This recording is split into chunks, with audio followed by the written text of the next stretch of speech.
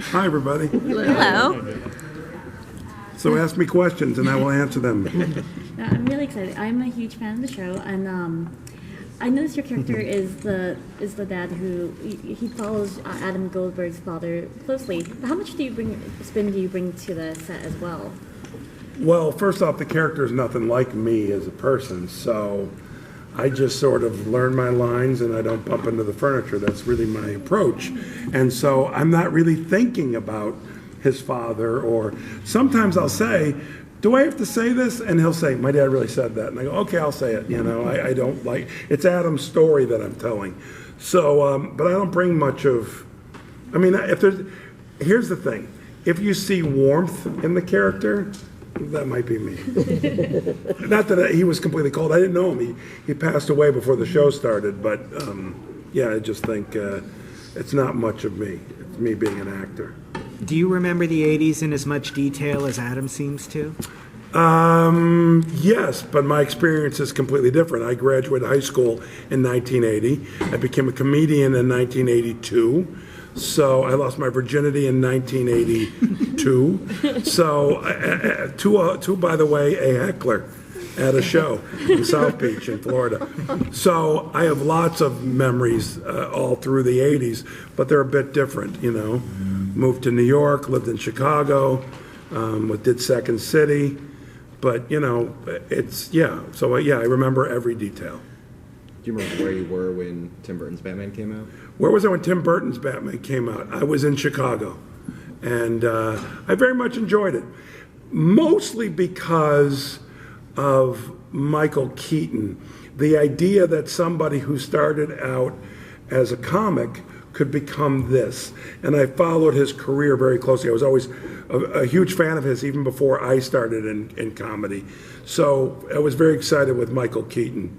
And I enjoyed it, you know, and yeah. I don't watch it anymore. I have no desire to see it. The ones that I watch over and over are the Christian Bale ones.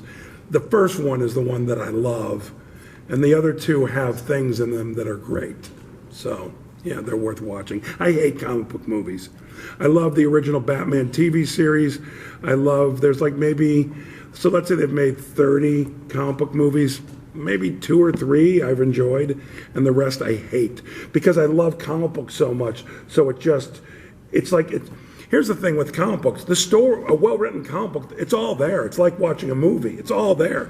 So why do they want to take it and market it the way, it's all marketing, man. It's nothing to do with a story or caring. And by the way, the action scenes from one of these movies to the other are all interchangeable. Never do you go, oh my God, you know. So, and you know what? Remember all this also, I'm an old man and I might be cynical when it comes to comic book movies, so don't listen to me that much. Now, is there anything from the 80s that hasn't been put in the show that you would like to be put in, like fashion events, gadgets, etc.? Well, no, I don't really care about that, but I love music, so I'd like Prince's music, for example, The Clash, something that's more akin to what I personally experienced in the 80s as opposed to what Adam's experienced. However, it is Adam's show, and I tell his story. Yeah, that's all that matters, because I'm not going to say what songs, but he's used some songs that I've made fun of him for, that I've said, this is the lamest song. Oh my God, yes. But he loves it, and I'm like, okay, man. What's the song? I'm not saying. Oh. And by the way, it ain't one, man. Oh. It's numerous. Well, there's an episode where you watch Howard the Duck with your son, yes. with the character. When you are given these scenes and these situations, do you kind of brings back memories? No, because I'm not sitting in there watching Howard the Duck. I'm actually watching Howard the Duck, but the way it's screened is so it sort of reflects on our faces. So I'm not experiencing. The memory of it. Well, the memory of it was kind of nauseating because it was horrible. I love the comic book. My favorite issue is either 3 or 4, Master of Quack Fu. I like that one. But that's an issue of Howard the Duck. But no, the memories were, I may have even walked out, seriously. I don't have a memory, I think, of staying that long. Yeah. What other funny stuff is coming up? On the Goldbergs? Yeah. The kids do things that are wrong. Wendy tries controlling them and me, and she learns a lesson. That's coming up. Well, we got to see a little bit of emotion from the father because Erica's leaving. Are we going to see a little bit more of the emotional side where when he left? Oh, yeah, I think so. Well, I know so. I film stuff. Yeah, so I there should be, unless they cut it out. I think I did some more emotional stuff. I don't remember. It all blurs.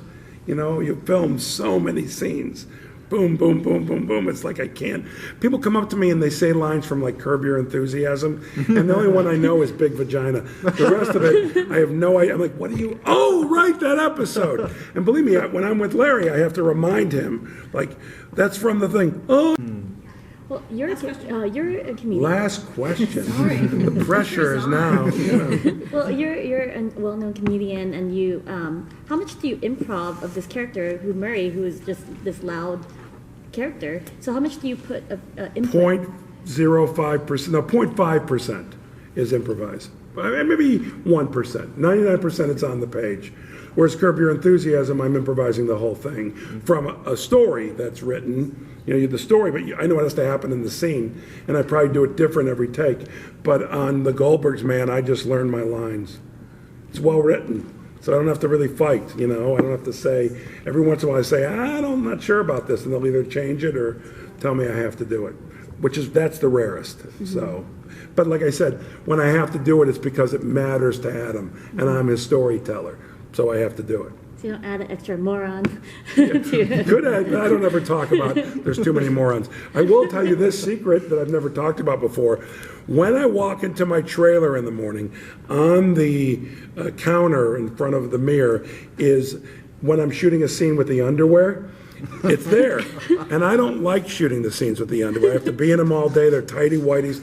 And also they're like 3 levels so my wiener doesn't show. And it's just a whole, and I also have my legs get makeup, you know, and it's just not. So what I do when I see the underwear is I go right to the script and go, all right, is this necessary? And I bet you I cut out about a quarter of them where it's like, no, this is just for the gimmick.